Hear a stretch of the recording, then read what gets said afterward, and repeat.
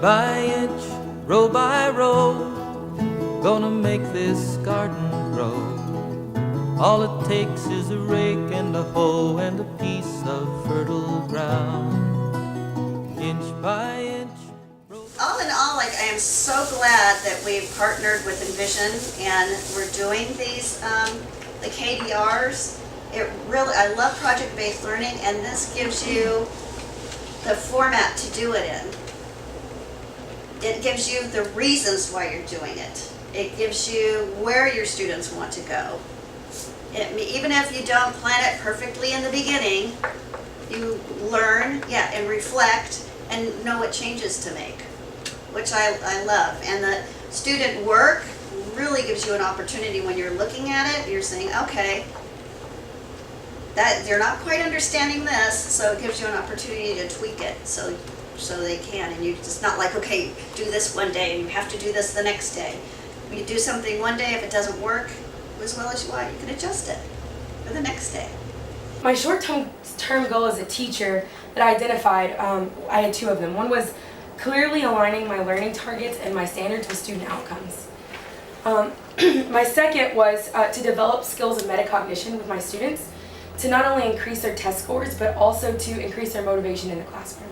I was having my kids complete work that really wasn't matching with my learning targets, and then it was just a waste of their time and mine because it wasn't helping me assess their mastery. I was really able to use the NWEA test scores to create a self-awareness for my students and empower them to move their learning forward.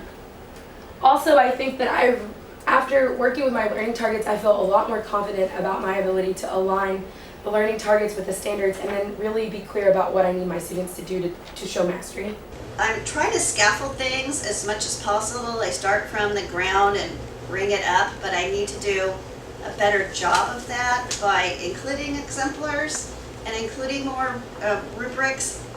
I've tried to explain rubrics or give simple rubrics to my students, but it's just not a concept they grasp because they're learning to read better so they can read to learn.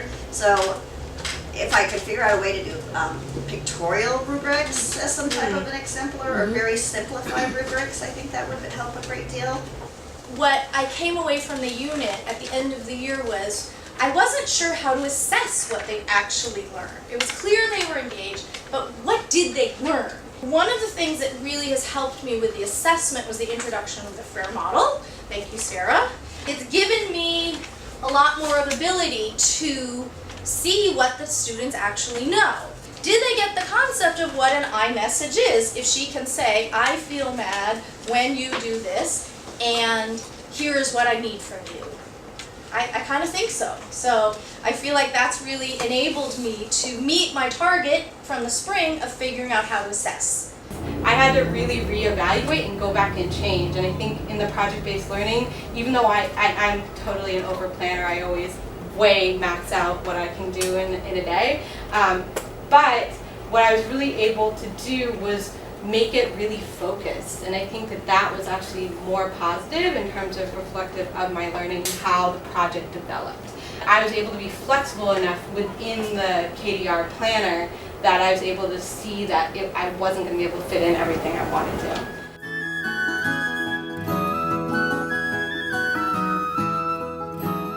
I really want to continue to stretch my students to think about how everything that they're learning really connects to what we're doing and how it applies to the larger world around them. I do know for me in this process, I feel more empowered at the end because I've really struggled having the same group of kids and not seeing the results on paper that I really want to see, and I've had this internal, like, should I be doing this? And why am I not being effective when I work so hard?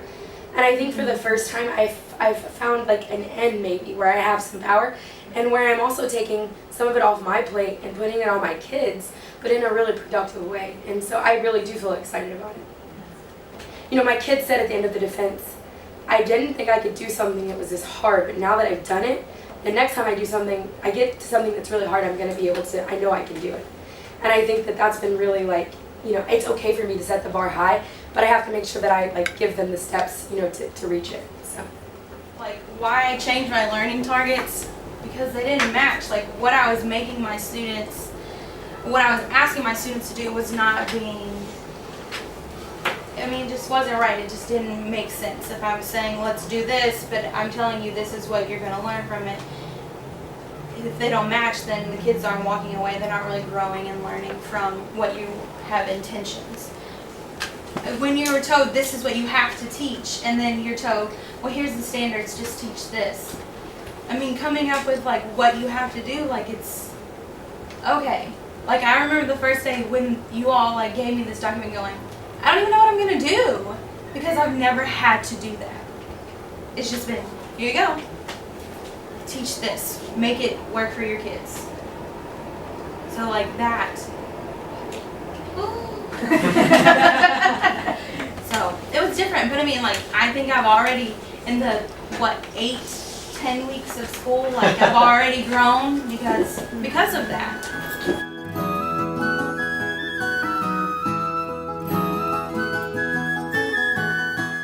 The last few days felt really incredibly discouraged and not sure where to turn in my teaching. And I feel like as I listened to everyone's presentations, I gained something that helped me go, oh, I can do this. It was an incredible learning process for me to just hear everybody's, and I feel buoyed, a little discouraged still, but buoyed. And also just what we said about collaboration, like, gosh, I think I need to collaborate more. I think I'm trying to do too much of this on my own, and I'm not asking for the support I need. I'm the one that was like, I don't want to do this. I even asked the principal, I don't want to do this. You know, I'm overworked. Please don't make me, you have to do this. So, but then when I started doing it, I just fell in love with it. And I learned so much about it. And I got to look at my students' work in a even different.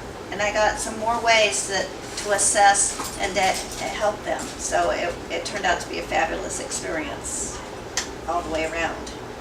It also is really powerful to see how the learning spirals and to see kind of what it's going to look like on the next level and what it can look like at an even higher level of learning, so that when I go back and maybe plan how I can be cognizant of how to potentially prepare my students for the next level of learning, that will hopefully better prepare them for first grade or the concept that they're going to have to grapple with as they go through grades.